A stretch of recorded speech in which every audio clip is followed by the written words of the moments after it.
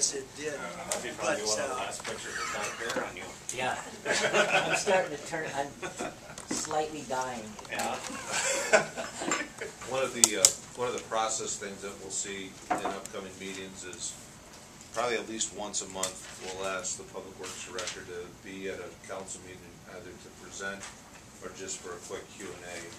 I'd ask council to be, sort of respectful of that time, that we don't get too far afield and throw too many curveballs at them right off the bat. We can wait a little bit, but I think it'll be an opportunity to open that discussion piece, and then also once a week we'll be adding the views from the Public Works Department to my report and send that out to the council. It's important that communication is maintained and that it's two-way, that they get feedback from you and that you are here and you need to hear from them.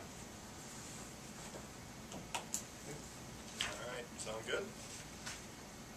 Alright, let's move on to 8B, consideration of adoption of resolution 2015-052 ordering feasibility report on proposed improvements to consider the reconstruction of South Burr Oak Street. Consideration of adoption of resolution 205-052.1, resolution establishing procedures relating to compliance with reimbursement bond regulations, declaring an official intent to reimburse costs incurred on a 2016 street and utility reconstruction project, if undertaken. See attached resolutions and staff report on proposed and future improvements. Your Honor, as we were asked at the last meeting by a resident to just take a look at South Burr Oak, we actually had that project well on the way of being engineered. The concern is that we haven't completed all the work we need to do on especially on the southernmost end of that street. And while Bolton and Mink is working on that, they don't feel comfortable that we'd be able to get that project put together in time to get it bid and get it built this year. So what we're proposing to do is to ask council to review the resolutions, and because those allow us to move forward with the feasibility studies and allow for us to reimburse ourselves if the project does go forward. So we would plan for an early spring 2016 project, and then depending on the scale, we may add another street or two to that project to make it a larger one. But as you can recall, we've done a lot of projects in a very short period of time, and we've spent an awful lot of money, and especially bonded money.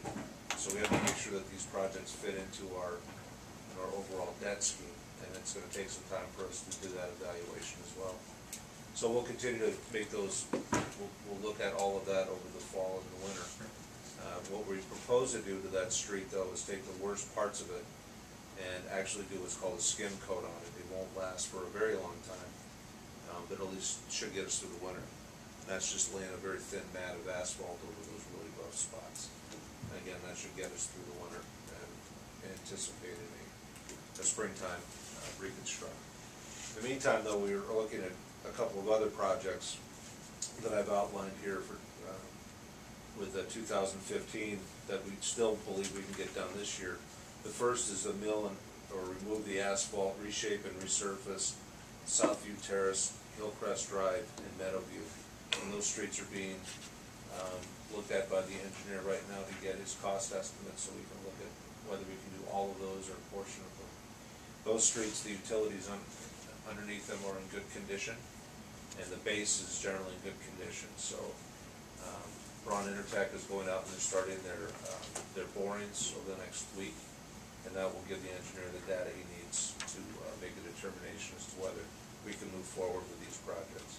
The reason we picked these is because the infrastructure underground we know is good, and because it's just a simple remove of the asphalt and resurfacing. It's a fairly simple project.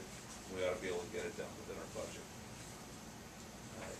Then secondly, we're looking to do some seal coating. And again, I'm not a big fan of seal coating really bad streets, and I know the public might look at it and say, what in the world are they doing if they're going to tear that street up in a couple of years?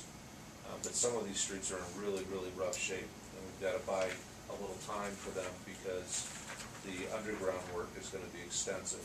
I know that sewer, there's some water mains that are made out of the the asbestos fiber pipe. We know that those all have to come out, and it's gonna take a couple of years, you know, not only budget-wise to be able to absorb those projects, but just to do the engineering and to do all of the feasibility studies to look at.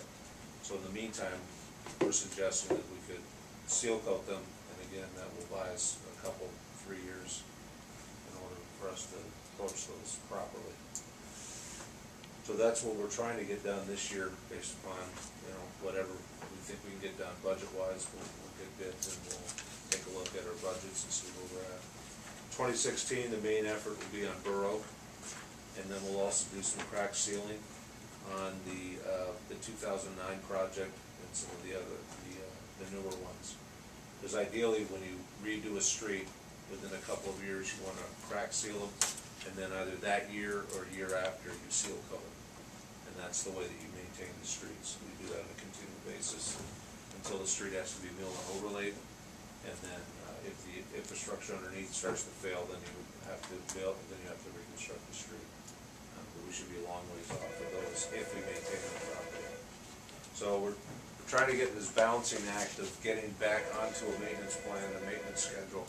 But there's going to be a couple of years here where we're going to have to be, we're going to have to move forward on some things we probably wouldn't ordinarily, but we need to buy some time in order to put our program, the long-term program, into place.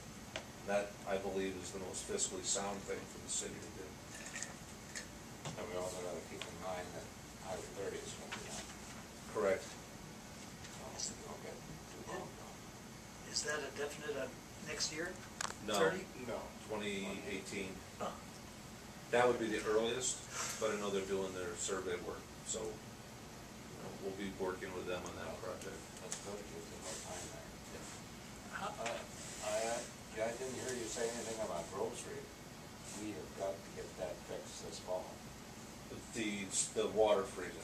Yep. Yep, Because we've already had that discussion, and Roger, in fact, has a new technology that's being used that might be something that we can look at.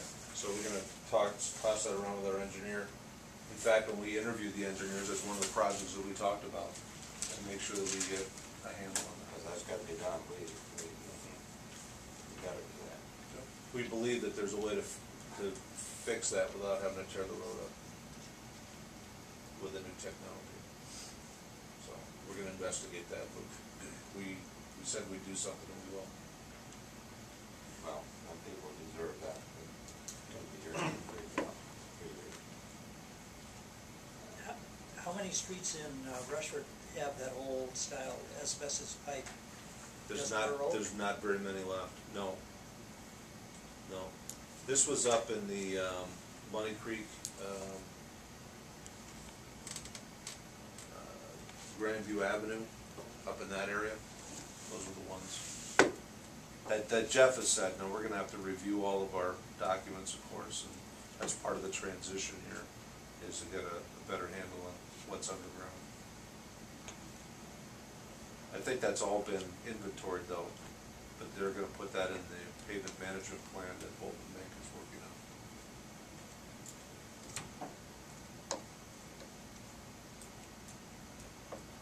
So Kathy, you'd like the resolution passed?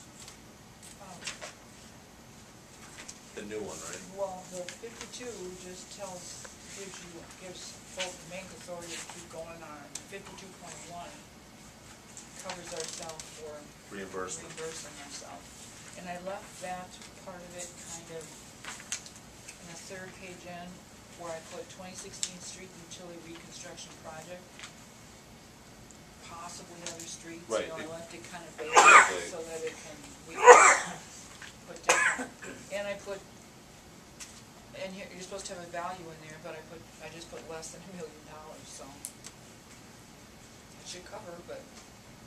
We think that at a minimum, we would do just Burr Oak, and because part of that would be accessible.